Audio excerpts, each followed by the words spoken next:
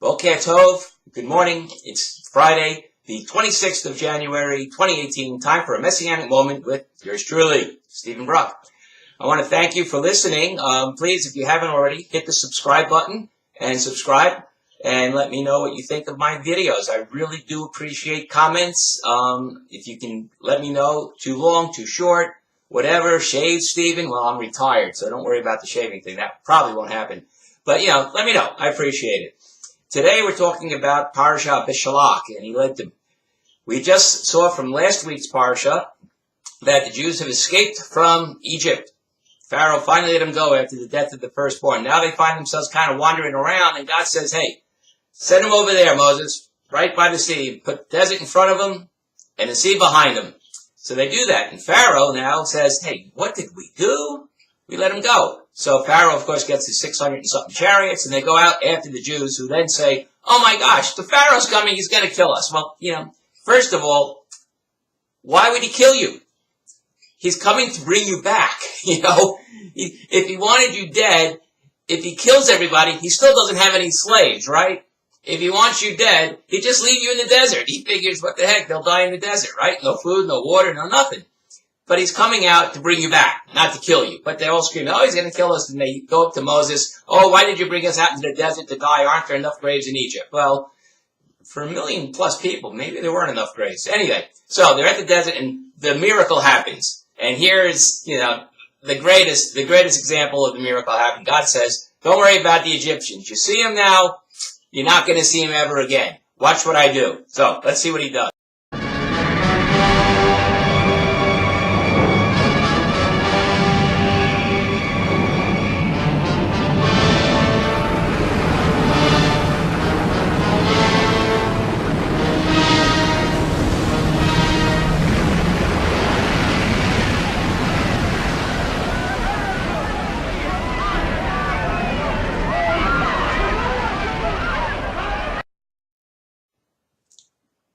Impressive. God splits the ocean. Of course, the Jews walk through, the Egyptians follow them, and as the Jews get out, the Egyptians are in the midst, and the waters come down on Egypt, and like God said, you ain't going to see him no more. So that glorified God to the whole world, and definitely let the Egyptians know, don't mess with me. Now the people in the desert, and we see what happens next. They complain, I got no meat, I got no bread. Then God says, okay, the kvetching. Moses keeps saying, hey, don't complain to me. You complain to me, you busted on God. Not a good idea. Let that kvetching. So God sends quails, and they eat so much quail they get sick. God sends manna. They get the manna from heaven. And that's where it comes. Mahu. What is this stuff? That's where manna comes from, the Hebrew. Mahu.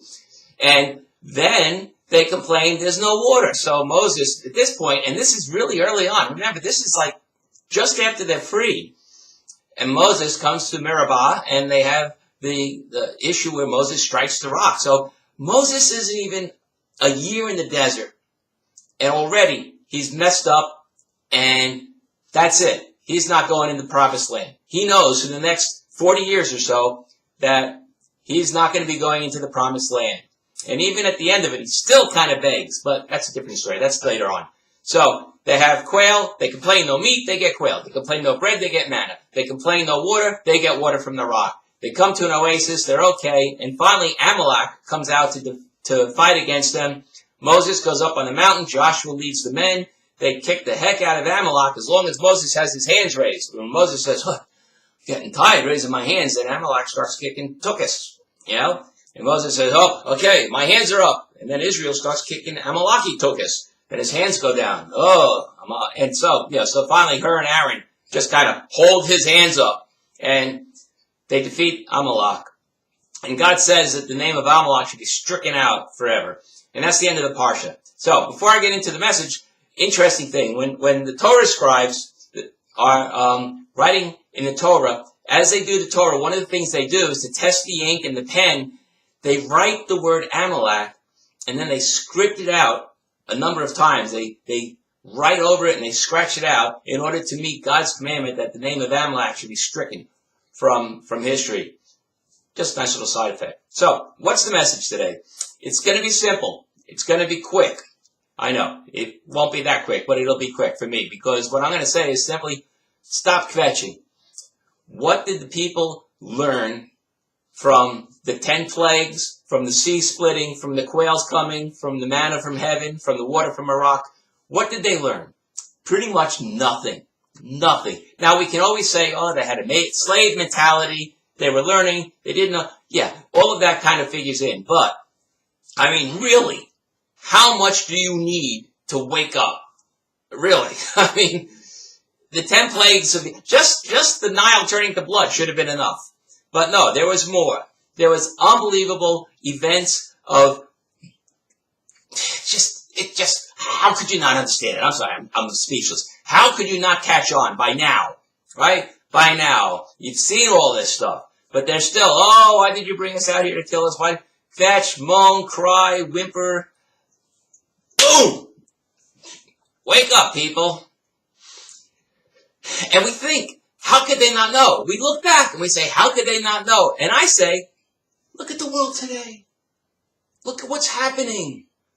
Look at our politics. Look at the sexual perversion. Look at the advertising and the way the pornographic. It's pornographic advertising. You know, the objectification of women, the stupidity of men. I mean, from Father Does Best on. You know, men are stupid. The wives know everything. You know,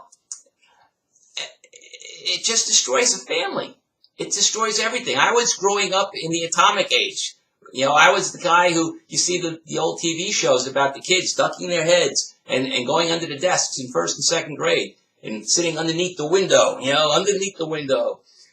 I grew up with that. We were concerned that the Russians were going to bomb us with atomic bombs and destroy us. It wasn't the Russians. It wasn't the atomic bomb. But America was destroyed by TV. By TV, not rock and roll. Rock and roll was okay. But by TV. You know, sitting around the family at dinner, watching TV, eating a TV dinner. It destroyed the nuclear family. We don't talk to each other. Nowadays, it's still technology, you know. You see a family at a restaurant, and they're all on their phones, talking to other people. So, what we have not learned is the same thing they didn't learn back then. We have everything in front of us. We see the world falling apart. We see prophecy coming true. We see the good side of it, the regathering of the people to Israel. But we also see the world coming against Israel, the UN, all the Arab nations, with absolutely ridiculous, I mean, really ridiculous reasons to come against Israel. But that's what is happening. And nobody sees it. Nobody sees it. Nobody wants to see it. You know, boom, boom, boom. You know, and it hasn't changed. It hasn't changed. There are only a few. Caleb, Joshua, Hur, Aaron, Moses, Miriam. These people saw it. Other people saw it. But even Jethro saw it.